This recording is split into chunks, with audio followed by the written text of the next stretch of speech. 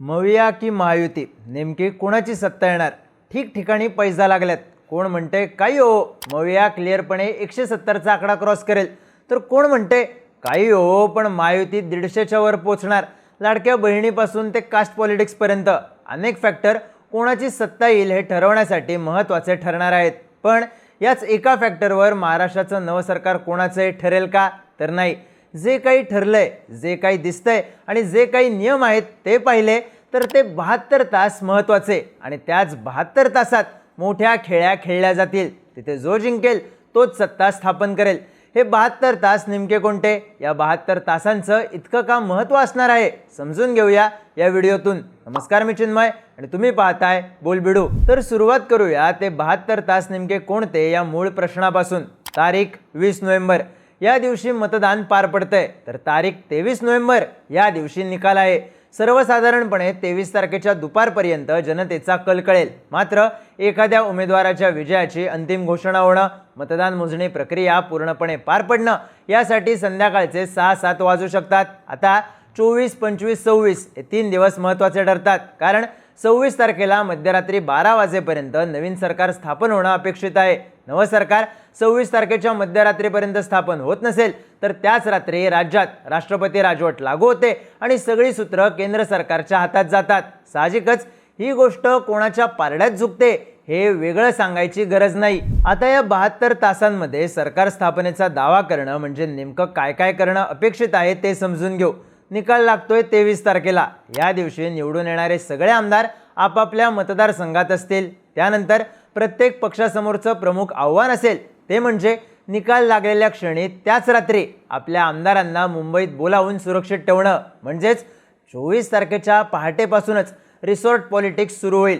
एका बाजूला आमदारांना सुरक्षित ठेवून दुसऱ्या बाजूला मविया आणि महायुतीतल्या तिन्ही पक्षांना सत्ता वाटप ठरवून घेणं अपेक्षित असेल. यासाठी वेळ आहे फक्त 25 तारखेचा.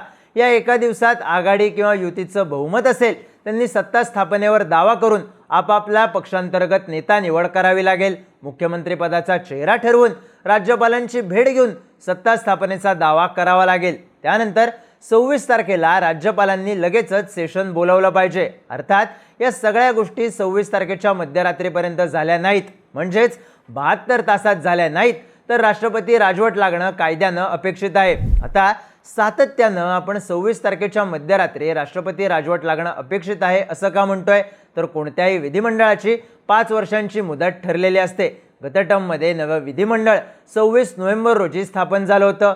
विधिमंडळाची 5 वर्षांची मुदत 26 नोव्हेंबर रोजी संपते. अशावेळी 5 वर्षांच्या आत निवडणूक प्रोसेस पूर्ण करून नवं विधिमंडळ स्थापन करणं निवडणूक आयोगाचं काम असतं. म्हणजेच निवडणुकीची प्रोसेस समजा 15 नोव्हेंबरपर्यंत संपली असती तर 9 दिवसांच्या आत सत्ता स्थापन करणं अपेक्षित असतं. यावेळीची निवडणुकीची प्रोसेसच 23 तारखेला संपते, म्हणजेच 3 दिवसच हातात राहतात. असो, तर आता या खेळात आकडे किती महत्त्वाचे ठरतील ते समजून घेऊ. समजा महायुती एक हाती सत्तेत येते, भाजप 100चा आकडा पूर्ण करते, शिंदेची शिवसेना 50चा आकडा पार करते आणि अजित पवारांची राष्ट्रवादी 30चा आकडा पार करते.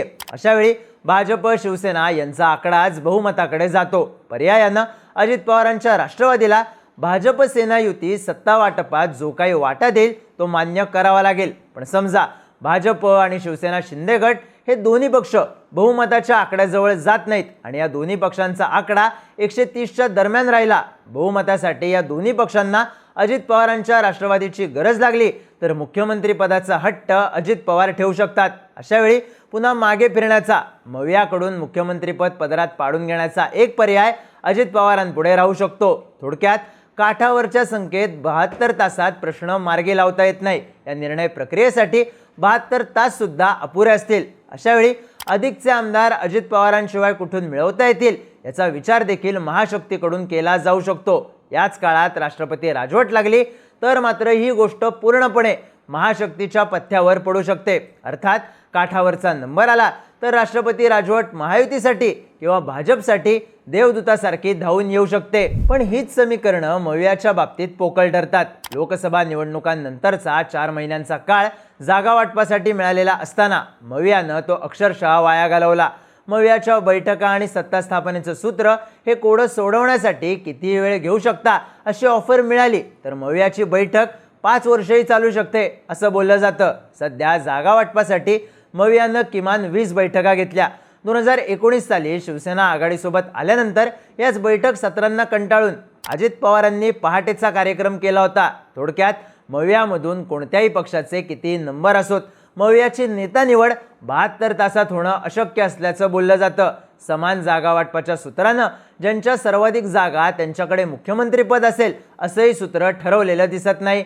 शरद पवार सुप्रिया सुळेंसाठी, ठाकरे स्वतःसाठी आणि काँग्रेसचे वेगवेगळ्या भागातले सेनापती स्वतःसाठी ताकद लावत राहतील. अशावेळी नेता निवड करणं, राज्यपालांकडे सत्ता स्थापनेचा दावा करणं या गोष्टी 72 तासात होतील असं म्हणता येत नाही. दरम्यान हे बहुमत जर काठावर असेल तर सत्तेत वाटा मिळत नसल्यानं ठाकरे वेगळी भूमिका घेतील की शरद पवार पुन्हा बाहेरून पाठिंबा देण्याची खेळी खेळतील हे सांगता येत नाही. समजा अजित पवारांना मुख्यमंत्री होऊ द्यायचंच नसेल तर पवार प्रसंगी शिंदेंच्या मुख्यमंत्रीपदासाठी बाहेरून पाठिंबा देतील किंवा अजित पवारांनाच मुख्यमंत्री करायचं असेल तर युनायटेड राष्ट्रवादी देखील आपणाला राज्याच्या राजकारणात दिसू शकेल. या 72 तासांमध्ये कोणत्या गोष्टी कशा टॅकल करायच्या हे पवारांना ठाऊक असेल असं सध्या तरी आपल्याला म्हणता येतं. पण कोणाच्या मनात काय आहे आणि कोणी कोणासाठी कसे डावपेच आखलेत हे सांगता येत नाही. इतकं मात्र निश्चित आहे, 72 तास महत्त्वाचे असतील आणि या 72 तासांमधले डावपेच आखून राष्ट्रपती राजवट लागू होण्यापूर्वी सत्ता स्थापन करणं महत्त्वाचं असेल. नंबर येऊ नये, मवियाला ते शक्य झालं नाही तर मात्र गेम ठरलेला. याबद्दलच्या तुमच्या प्रतिक्रिया कमेंट करून सांगा आणि माहितीपूर्ण व्हिडिओज पाहण्यासाठी बोलबिडूच्या यूट्यूब चॅनलला सबस्क्राईब करायला विसरू नका.